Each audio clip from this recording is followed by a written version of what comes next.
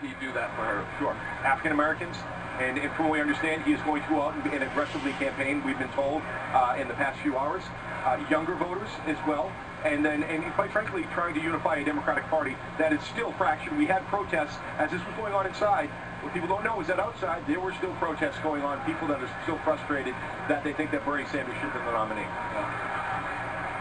So, before I move on to the next moment, Bernie Sanders people, I understand, but she's gone.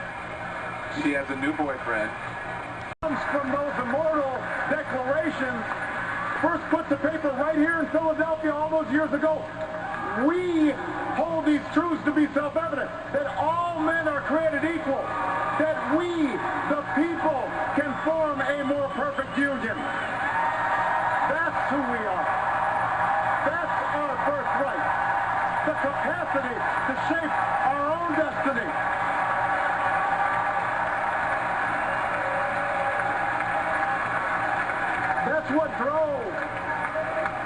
That's what drove patriots to choose revolution over tyranny, and our GIs to liberate a continent. It's what gave women the courage to reach for the ballot.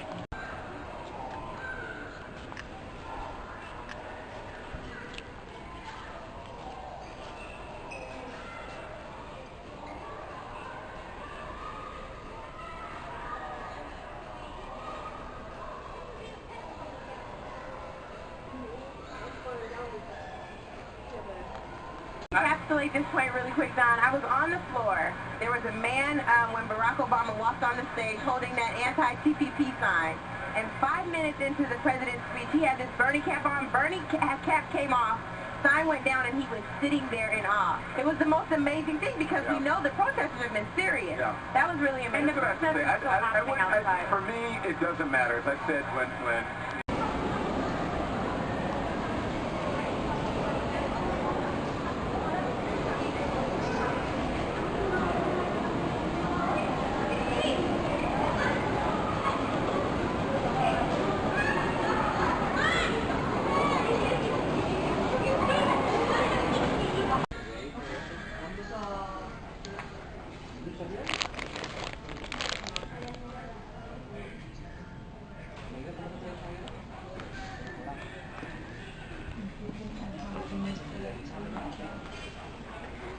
Hey, I like your dum-dums. Okay, so I'm taking a video from there to here. I never saw them. Moment, he's going to capture the silent majority. He'll likely win in a minor landslide, to the great shock of everybody who's here tonight. All right, guys, thank you both. Good to see you both again. Coming up, Dr. Sebastian Gorka. He joins us. That and more as we continue. Hannity from Philadelphia in the DNC. Straight ahead. And I hope sometimes I picked you up too. And tonight, I ask you to do for Hillary Clinton what you did for me. I ask you to carry her the same way you carried me. Because you're who I was talking about 12 years ago when I talked about hope. It's been you who fueled my dogged faith in our future, even when the odds were great, even when the road is long. Hope in the face of difficulty. Hope in the face of uncertainty. The audacity of hope. America, you've vindicated that hope these past 8 years. And now I'm ready to pass the baton and do my part as a private citizen. So this year, in this election, I'm asking you to join me to reject cynicism and reject fear and to summon what is best in us to elect Hillary Clinton as the next president of the United States and show the world we still believe in the promise of this great nation. Thank you for this incredible journey. Let's keep it going. she's going to need...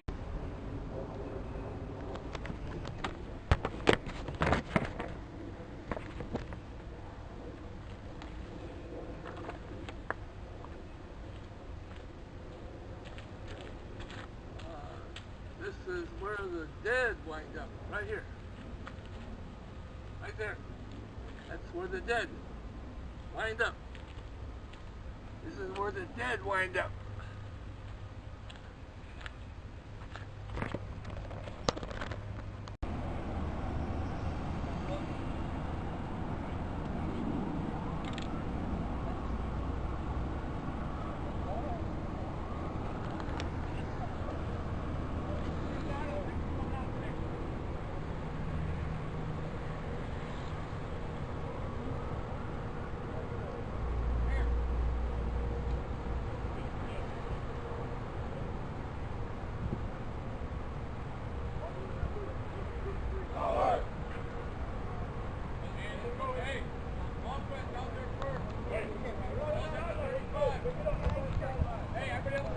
Democrats, grudgingly country club Republicans, and those folks, you know, the sort of Romney supporters. I really do think that if he makes an effort to go right straight into the black community, I know Newt Gingrich is advising him to do some version of this, and with a Jack Kemp style approach. I mean, you've talked about this a lot. Well, yeah, I've talked to Newt about this a lot. Yeah. And it is something that I think he had available to him, Donald Trump had available to him early on, because he's got some swagger. Yeah. Donald Trump. He's got. I use nice toilet paper. I use nice toilet paper. I use nice toilet paper. I wear this stuff every day. I wear this stuff every day. I wear this stuff every day. I wear this stuff every day. I wear this stuff every day. I wear these every day. I wear these every day. I wear these every day. I wear these every day. I wear these every day. I love Gatorade. I drink Gatorade every day. I love Gatorade. I love Gatorade. I love Gatorade. I love Gatorade.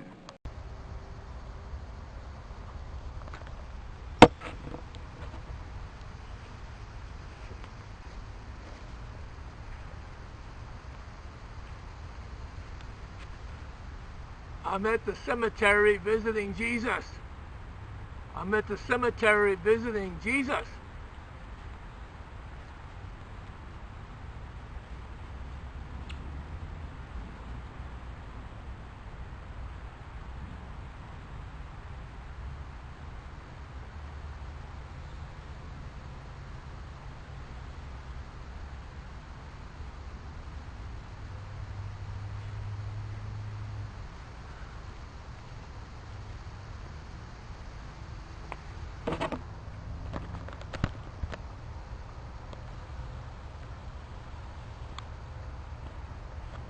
This is a problem, and this is a problem that applies to the Trump campaign too, and it commonly applies to presidential campaigns. Those things are only possible, the legislative initiatives that are outlined there are only possible if the Democrats win back a big majority in both the House and the Senate. If the Republicans continue to control just the House or just the Senate, in either case, none of those things would be able to happen. None of those things would get even a hearing in a Republican-controlled Senate or in a Republican-controlled House. They would never come to a vote. The one thing in there that Hillary Clinton probably could deliver on is the line there about protecting Roe versus Wade, which she would do through appointments to the Supreme Court. And again, that's if, and now this is a question in America, that's if a Republican-controlled United States Senate would actually confirm Hillary Clinton's selections to the United States Supreme Court. Chris, back to you. The trouble with you, Lawrence, is one of my very favorite speeches that the president gave, and I think is illustrative of his personal belief systems. And it had to do with a speech that he gave at an ancient castle from the 14th century called Schloss Hambach, and it was at a gathering of high schoolers and college students who were meeting on the subject of democracy. And as I say, everywhere Reagan went, he was a freedom fighter. He wanted to support anyone else who was fighting for freedom and democracy. So this is what Reagan says, and I decided to go stand out in the audience because I thought, well, I can stand up, next to the president anytime, but I wanted to gauge the reaction of the audience. And there was so much enthusiasm, and I think they took this speech very seriously, and I can imagine myself there thinking, how many of these young people are going to be freedom fighters? How many of these young people are actually going to participate in reuniting Germany? And I imagine that many did take up this charge and mantle that Reagan gave them. And this is what he said, among other things, but this is just this last two statements. Your future awaits you. So take up your responsibilities and embrace your opportunities with enthusiasm and pride in Germany's strength. Understand that there are no limits to how high each of you can climb. Let us ask ourselves, what is at the heart of freedom? In the answer lies the deepest hope for the future of mankind, and the reason there can be no walls. Again, walls. You look up Reagan references to walls. He talks about walls a lot, as I mentioned, from the Berlin Wall speech. In the answer lies the deepest hope for the future of mankind, and the reason there can be no walls around those who are determined to be free. Each of us, each of you, is made in the most enduring, powerful image of Western civilization. We're made in the image of God, the image of God, the Creator. And then he ends by saying, the future awaits your creation. From your ranks can come a new Bach, Beethoven, Goethe, and Otto Kahn for Germany's future. My young friends, believe me, this is a wonderful time to be alive and to be free. Remember that in your hearts are the stars of your fate. Remember that everything depends on you. And remember not to let one moment slip by. For as Schiller has told us, he who has done his best for his own time has lived for all times. I believe that Reagan did his best for his time, and he lives for all times. Thank you very much. Trump as best they can, because if he tanks, they tank, and they understand that, so they're trying to keep him up so they don't lose the Senate and they don't lose the House. But a lot of them don't like him, and you can see that these speeches are very calculated to try to peel little pieces of the electorate. I do think a point Jeffrey Lord made earlier is an important one about the elitism and the way Donald Trump talks as cutting through. I mean, you know, pretty much everyone we heard in the major speeches tonight were practiced politicians, whether they're public servants.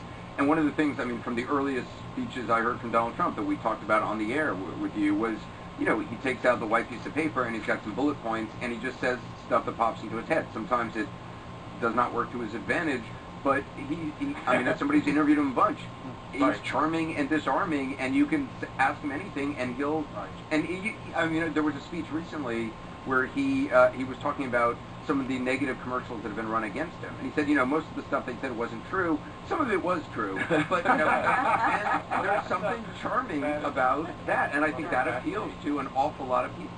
About JFK. Yeah, I grew up Can we just honestly, that moment though? Let's just see the moment and then let's face it. Go ahead. No. I mean, look, I think that the word hope has been worn out over the past 7 years. As Kayleigh said, a lot of people are still in poverty. They're not feeling the economy on the upswing. However, I do think tonight that we saw that word hope recharged specifically amongst Democrats. If you were inside the hall, you saw the excitement in the hall. There was a level of excitement that we haven't seen in the Democratic Party in some time. It's been building up over the last couple of days. And of course, for him to follow all those great speeches tonight. Never knew there was a bridge here. I'm going over the bridge now. I never knew there was a bridge here. Never knew there was a bridge here. Never knew there was a bridge here. Going over the bridge now.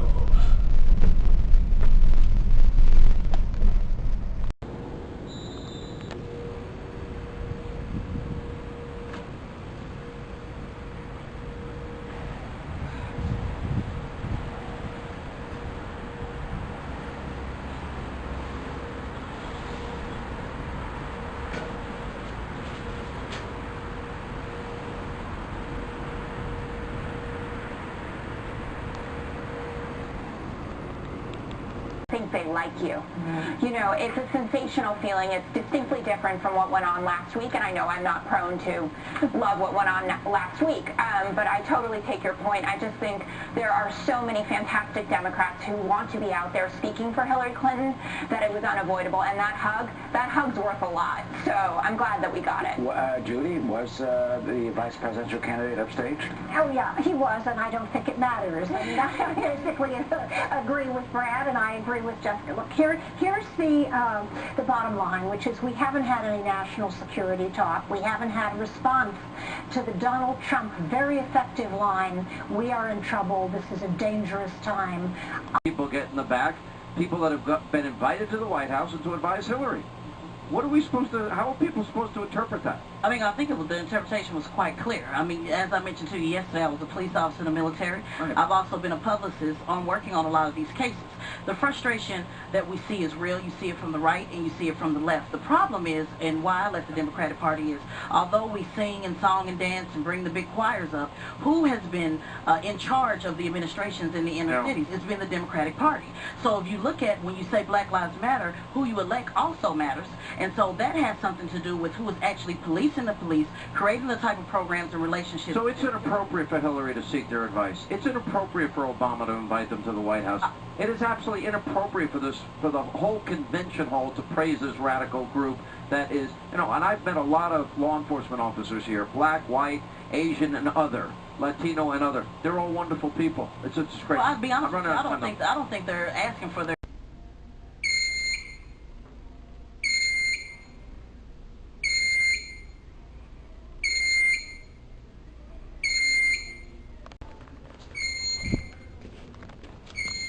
I don't know if that has come across on our air, but I remember just standing there watching it this evening and thinking about, I remember being in 2008 with my baseball cap on and my producer was standing in Grant Park going, oh my gosh, history is being made this evening, right?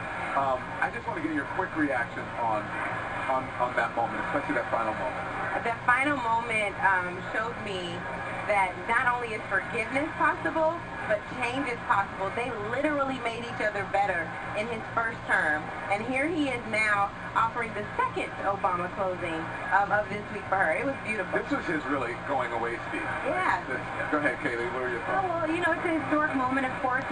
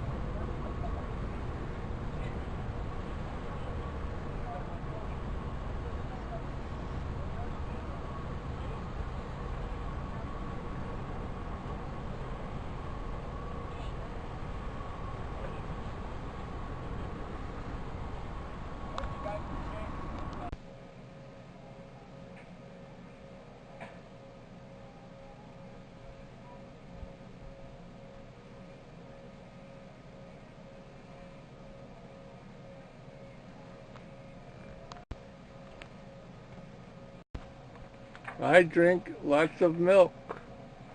I drink lots of milk. I drink lots of milk. I drink lots of milk. How it's important to elect someone who has had a passion from even before they were in office, and hers is protecting kids and families since she was a teenager. But what about her time in office? Did he talk about that as well? He absolutely talked about that. He talked about being in the Situation Room when we decided to take out Osama bin Laden. He talked about what she did for New Yorkers after 9/11. We heard about brokering the ceasefire between Hamas and Israel. So many people, and it's encapsulated in one image. I always think back to the image of the little black boy who's in the Oval Office, who asked the president if his hair feels like his. Yeah. And so the president leans over, and the little boy touches his head. And every time I see that image, I just cry. But tonight it was just amazing, because he told us not where we were and not where we are, but where we can be. And if you contrast that just to the doom and gloom image we had of this country, and you think about the program tonight, whether or not everybody cried when Gabby Giffords came out and said, "Madam President." You know, everybody, and Mark and I were talking about this earlier, the impact of Joe Biden, Tim Kaine coming out there. I mean, and then Barack Obama ending the night, keeping America's attention till midnight. For me, I am very, very proud not to be a black man, not to be a black man in this country per se, but to be an American and just appreciate our 44th President of the United States. I just want to go, I mean, as you held the mic, Brendan didn't let anybody...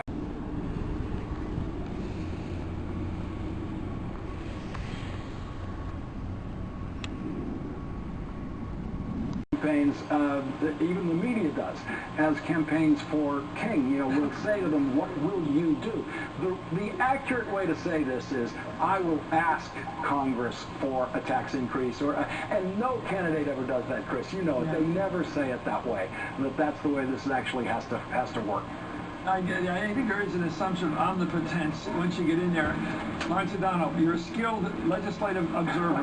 Thanks for coming on again. We've got another hour of Hardball coming up live on day 3. Very good, too. You liked it? Yeah, I liked it when you go off set and you get a good thing going. It's fun. Yeah. You get a bit, like when we do everything live, you know, you only get one crack at it, but... I'm going to run some names by you, because I get the feeling that you guys, there was a movie where they said 3 spot 4. What are the numbers that are funny and some numbers are not? 3 is funny. 3 spot. I think you say what's the movie? Three's Company. That is. No, there's a movie called My Favorite Year about the guy.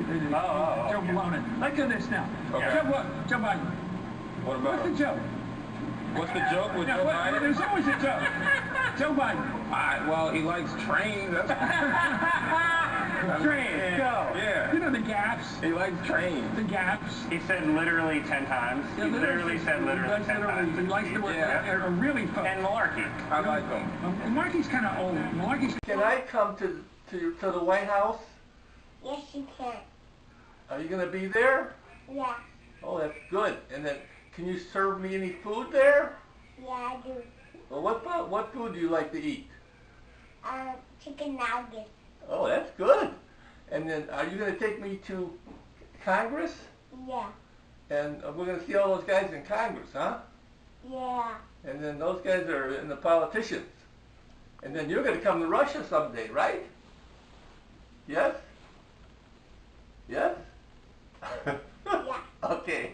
Okay, stop it. Can I come to Russia to visit you? Yes.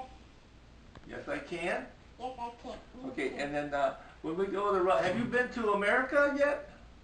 Not yet. You know, I'm going to be the president of the United States someday. Did you know that? Yeah, I do. Good. And then you're going to come to D.C. and visit me, right? Yeah. That's very good. And then I want to come to Russia to meet all your friends there. I have a lot. Of friends? Good. Of every newspaper in the country, not the guy, Jessica, that Mrs. Clinton's running with. No, I actually thought that Tim Kaine was the weakest this evening, but he was also up against the ultimate all-stars here. And I think that's not just this night. I mean, the Democrats have put on a master class in fantastic speaking. You put him on Monday night, then he's up against Cory Booker. We'd have to move Michelle to another night. We have such a deep, extraordinary bench. And I was talking to Judy about this earlier while we were getting our hair did, and I said, you know, what a night to be a Democrat, to see the diversity, to have people from the military speaking out on behalf of Hillary Clinton, which we had talked last night about the need for that, and, you know, Gabby Giffords, who makes... Where we're going, there's a woman who's going to be president, regardless of which side of the political aisle you're on, from the first black president. I think this is a really important moment for the country, even outside of politics. All right? I want to look at this moment somewhat in a vacuum. I want to take away, and we're going to have the narratives about comparing Barack Obama to Donald Trump. We can get to that later. We can talk about his record, the record-setting job growth that he's had, the unemployment rate being cut nearly in half. We can talk about the stock market going up. We can talk about all those things. But I want to talk about Barack Obama, the man, Barack Obama, the President of the United States, and what it means to so many people. When you watch that speech tonight, you saw a level of expectation that not only did he the hip-hop community, that's not a negative. Right. But I think he curdled the milk by being so negative toward the Mexicans. You would say the illegal immigrants. We would say the Mexican community. So negative toward the Muslims. And it became, I think, hard, for African Americans to feel comfortable with him at the level of his intolerance. Someone, though, will make this play. They will go into the black community and they will say, I'm rich, you're poor, I can get you there. I got to take a quick break. But it won't be up next, Hillary Clinton's crucial moment. In poverty, they have real troubles at home. They can't send their kids to college, and they viewed this night very differently than through the lens of history. What do you think? Barack Obama is now the Democrats' Ronald Reagan. This is the fundamental difference between the two parties. The only president the Republicans revere is dead. The Democrats now have their own Ronald Reagan. What John F. Kennedy used to be to the Democratic Party, Barack Obama now will be. He will tower over the Democratic Party for decades to come. And that's at the core of their strength, because the Democrats have this figure they can look to. The Republicans, George W. Bush, George W. Bush's father, weren't even there. Yeah. Listen. Are rarely black and white. She understands that even when you're 100% right, getting things done requires compromise. That democracy doesn't work if we constantly demonize each other. She knows that for progress to happen, we have to listen to each other and see ourselves in each other and fight for our principles, but also fight to find common ground, no matter how elusive that may sometimes seem. Hillary knows we can work through racial divides in this country when we realize the worry black parents feel when their son leaves the house isn't so different than what a brave cop's family feels when he puts on the blue and goes to work. That we can honor police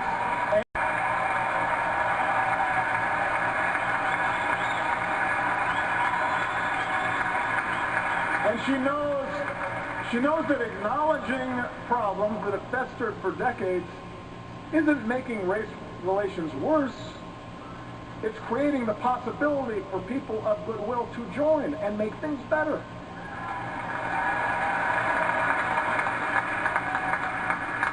Hillary knows we can insist on a lawful and orderly immigration system while still seeing striving students and their toiling parents as loving, organize, and fight for collective bargaining and better wages.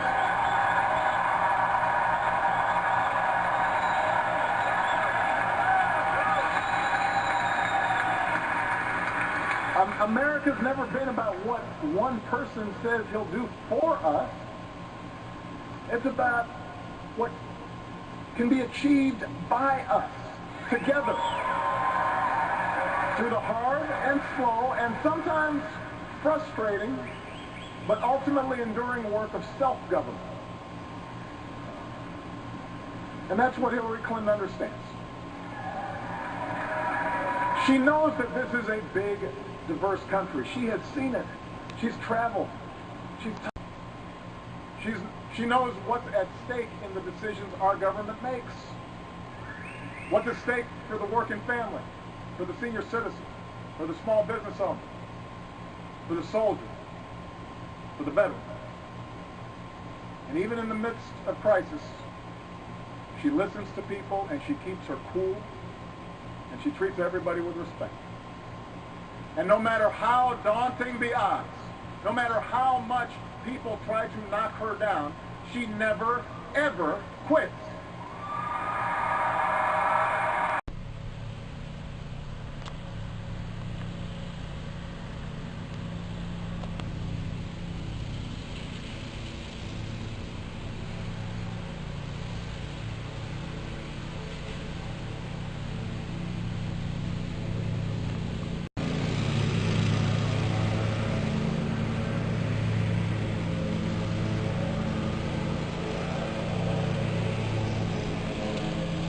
Including President Obama, and Donald Trump did say in one of the debates that our military is a disaster. That is something that no other presidential candidate has ever said.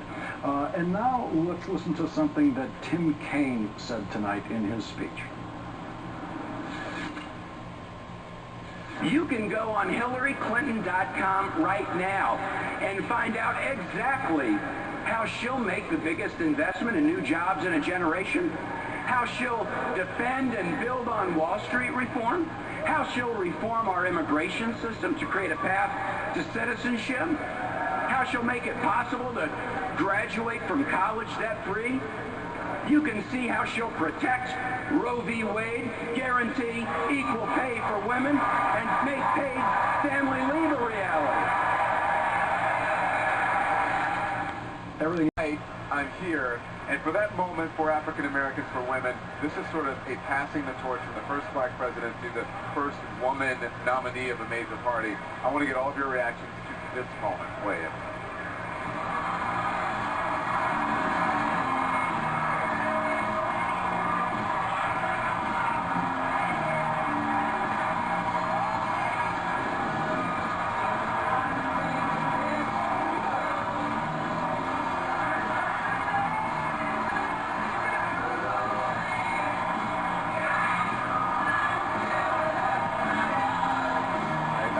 And they knew that it was it. But this is a moment really for, I think, for the country to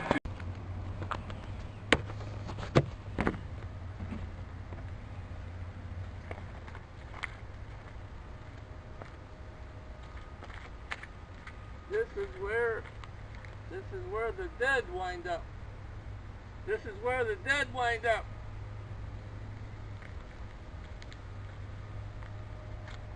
The dead wind up over here.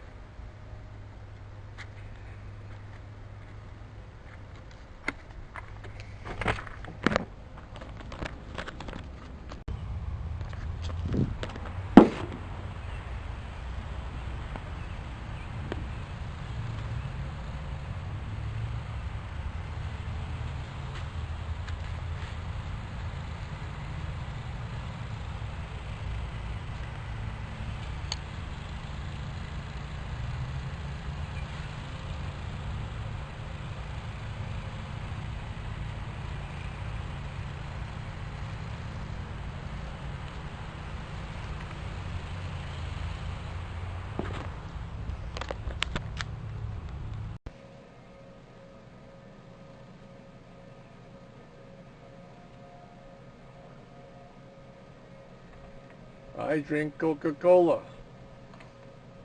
I drink Coca-Cola. I drink Coca-Cola. I drink lots of milk. I drink lots of milk. I drink lots of milk. I drink lots of milk. I use nice toilet paper. I use nice toilet paper. I use nice toilet paper. I use nice toilet paper. I use nice toilet paper.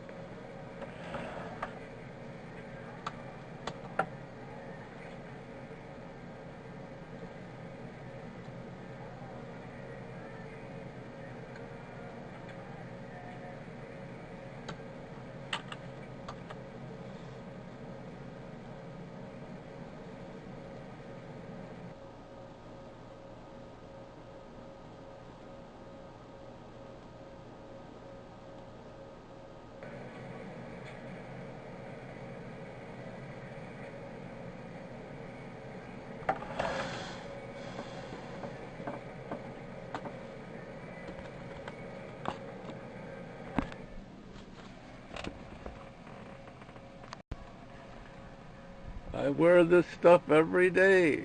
I wear this stuff every day. I wear this stuff every day. I wear this stuff every day.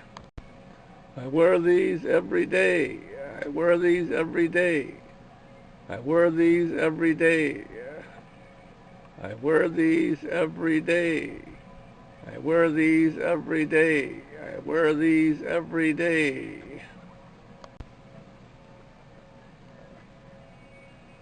I drink Gatorade every day. I drink Gatorade every day. I drink Gatorade every day. I drink this stuff every day. I drink this stuff every day.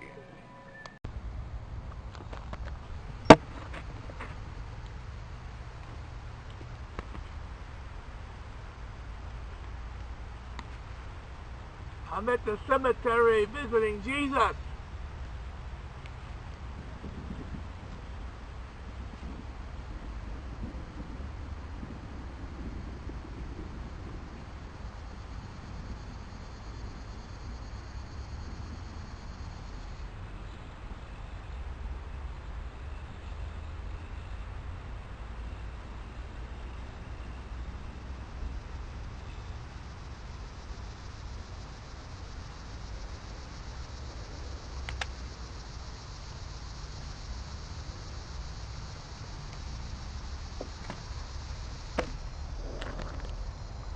Request that the Russians get involved in our political process. Yeah. So, Peter, you mentioned President Ronald Reagan, and then John Fedderhurst, Pothurst, right, was a Reagan speechwriter. He tweeted this tonight. He said, take about 5 paragraphs out of that Obama speech, and it could have been a Reagan speech. Trust me, I know. What do you think of that? Yeah, what I think Obama did, which was fascinating, and Congressman Sherman mentioned it, is Donald Trump is peddling nostalgia. He's peddling nostalgia for people who think that America was, hit its high point in 1985 or 1955 and has been on the downhill ever since. And Barack Obama was saying, we can honor the past, my Kansas ancestors and their values. But America we don't lose those just because a lot of Mexicans and Muslims come in and because women and African Americans get empowered. Those values are universal. Just because we revere the past doesn't mean that we lose it when the demographic face of America changes. And that, I think, was in a way a very powerful response to Donald Trump, and it was a personal response. Because remember, Donald Trump questioned his Americanism, questioned whether he was really an American. He said, I am the grandson of Kansan. I have a black father and a Muslim. We're not in South Florida. What happens is they herd you into this area, and all of a sudden these protesters realize they are stuck like in a box canyon, and they get really mad, and all they can see around them is scream. I would have given anything to hear those conversations. Well, they come after me. I was the media. Did they? Oh, yeah. What'd they say? Tell the truth. That's their go-to, right? And I said, tell me what I'm saying wrong. And I didn't get very clear after that. I don't think anybody's more honest and lucid than you are. I am loose. It gets into trouble. Yes, it could, I guess, maybe. Let me tell you, I was watching you tonight, and I think you guys were really good. Thank you. Marquis was the first word. What do you think? I'm thinking. I can't remember hearing. Do you think Tim Kaine could overshadow Hillary? Just he says too much to the guy, too much. I don't. Pizzazz. No, maybe if she stands directly behind him. Yeah. Other than that, no, I don't see that happening. Yeah. Who else is there? I thought he was great. I thought Michelle Obama, not a joke, but what did you make of her Monday night? I thought she was fantastic. I thought she was a great speaker. She did fantastic. She spoke from the heart. She was honest. She was unbelievable. Yeah. You know what I felt watching her? I wanted more of the last 7.5 years. Like she just took the heart and the charm, and everything was there. And the big picture, the elevated.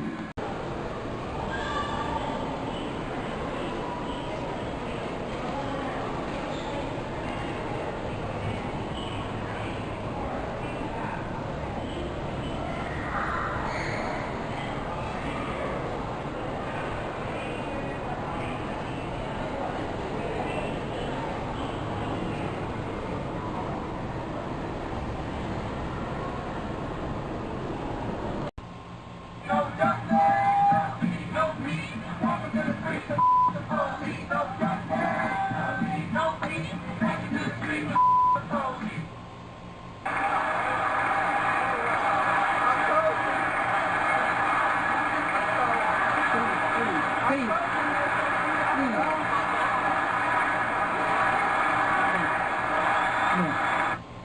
I need all white people to move to the back. This is a black and brown resistance march. If you are for this march and you are here in support, you will appropriately take your place in the back of this march, because it will be truly led by the black and brown community, and that's it. So if y'all see any white folks, direct them to the back of the crowd. That includes media. Make room for black media. That includes media. Make room for black media. White people to the back, black people to the front. So they're chanting here, Teslan, last night. And all those things that he said, it just made you feel great to be an American, which was very nice to hear. But at the same time, you know, talking about all of this attack going towards Donald Trump, was there enough talk about some of the accomplishments of Hillary Clinton?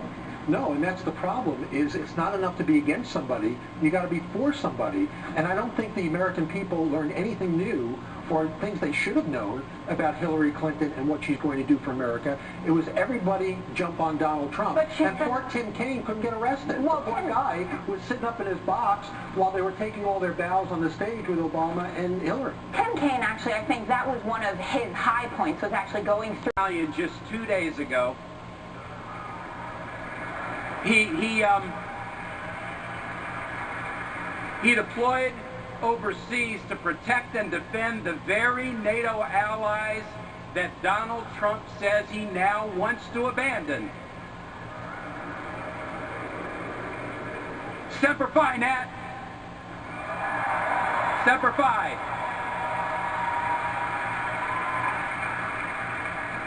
My parents and my in-laws are here, our siblings and their spouses, our nieces and nephews, and hundreds of friends from Virginia and beyond. I love seeing you front and center. I could actually say I understood them. And it was the perfect moment, because 500 journalists wanted to know what was going on the other side of that door. And what I was able to do, just like I'm doing in this book and in all these talks across the country, is to really explain the heart, the soul, the spirit, the strength of Ronald Reagan from the inside out, and its critical importance to his ability to be that kind of leader that we look up to so much today. So that little letter that Claire wrote played in every major newspaper in the world that afternoon. And what did it do? It began to explain and to illustrate the heart of Ronald Reagan. And I want to take your questions and hopefully provide you with some answers, and we'll have a little discussion here. But I want to share with you just one, maybe one. He's still a very practiced politician. He's an authentic politician, and somebody who's out there in pro-Nixon land sent me a quote from Richard Nixon. Very small land. Is that a website? In 1952, when he was campaigning for vice president, he referred to the new ticket of Adlai Stevenson and John Sparkman as new faces, the same old deal. And I can just see Donald Trump pointing to everybody here on this stage who's been on here as the same old deal. I mean, you can just see this coming right down the line. Is Nixon land, by the way, in a cul-de-sac somewhere in a ranch house? Yeah, actually, I think my mother is the last surviving corner. Jeffrey, what do you think the coalition, the Trump coalition looks like? We know what the Obama coalition looks like. I mean, what do you think it? Who is it? Racially, demographically? I think it's conservatives. I think it's people who Did a way to introduce himself to everyone across the nation, and here is his speech in its entirety. Thank you, everybody. Hello, Philadelphia. Hello, Democratic family. I want to start off by thanking my beautiful wife, Ann, and my 3 wonderful children, Nat, Woody, and Anella. They're sitting right up there. Night was a group of 3 people it was a 1-2-3 punch of Leon Panetta saying you don't want an unstable, erratic finger on that trigger. And then you had Biden saying what kind of person takes joy in firing people, hitting at his character. And then you had the ultimate independent, Mike Bloomberg, a real billionaire, come in and really sock it to his fellow New Yorker, pointing out that Donald Trump is not the guy we think he is. The only thing that's real about him, as he said, was his hypocrisy. Right. I thought it was an amazing night. Yeah, and Brad, just 2 points on that, because it was a very patriotic night. I mean, it's specific.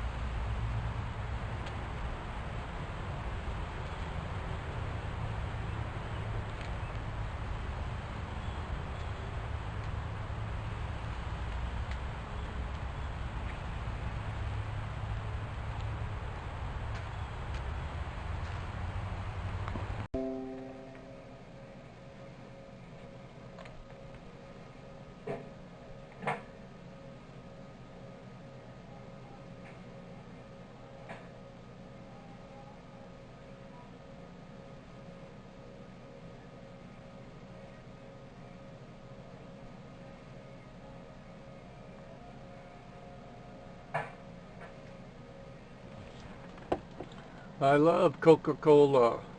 I drink Coca-Cola. I love Coca-Cola. I drink Coca-Cola. I love Coca-Cola. I drink Coca-Cola. I drink lots of milk. I drink lots of milk. I drink lots of milk.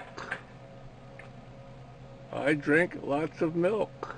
Because he's not actually offering any real solutions to those issues. He's just offering slogans. And he's offering fear. He's betting that if he scares enough people, he might score just enough votes to win this election. And that's another bet that Donald Trump will lose. And the reason he'll lose it is because he's selling the American people short. We're not a fragile people. We're not a frightful people. Our power doesn't come from some self-declared savior promising that he alone can restore order as long as we do things his way. We don't look to be ruled.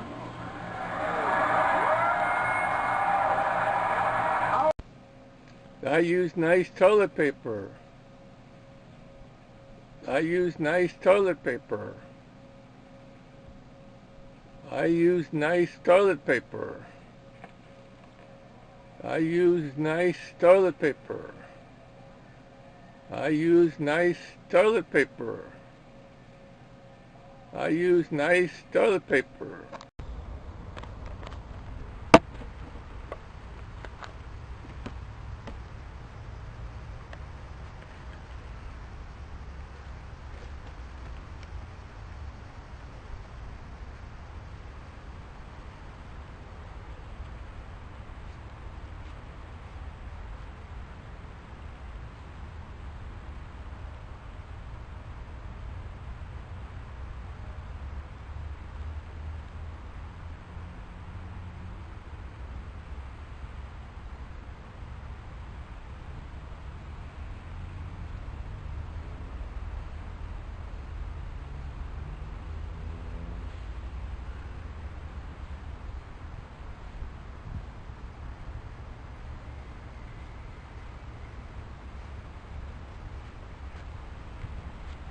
I'm at the cemetery visiting Jesus.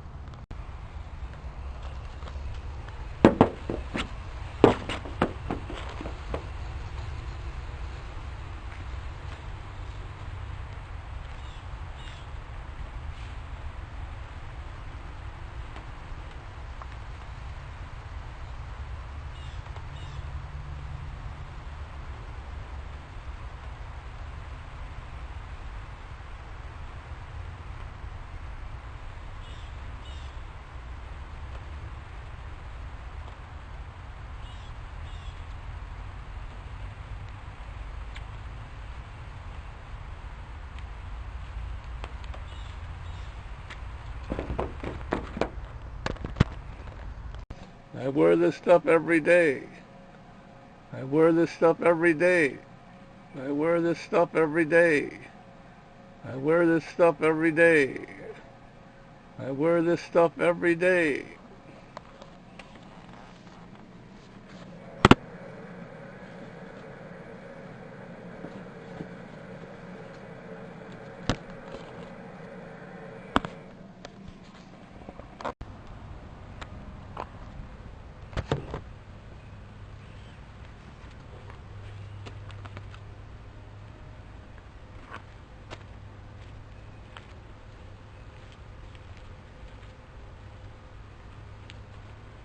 This is where the dead wind up. This is where the dead wind up. Right there.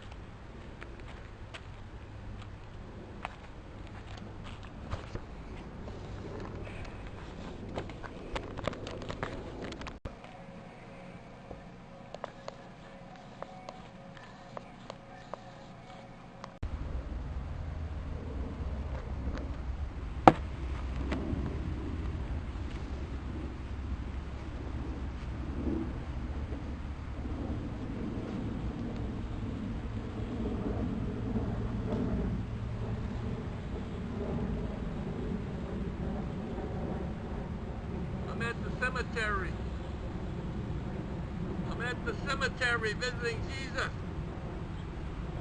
I'm at the cemetery visiting Jesus.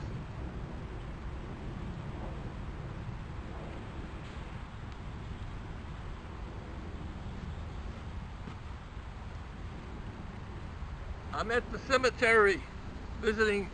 cemetery visiting Jesus.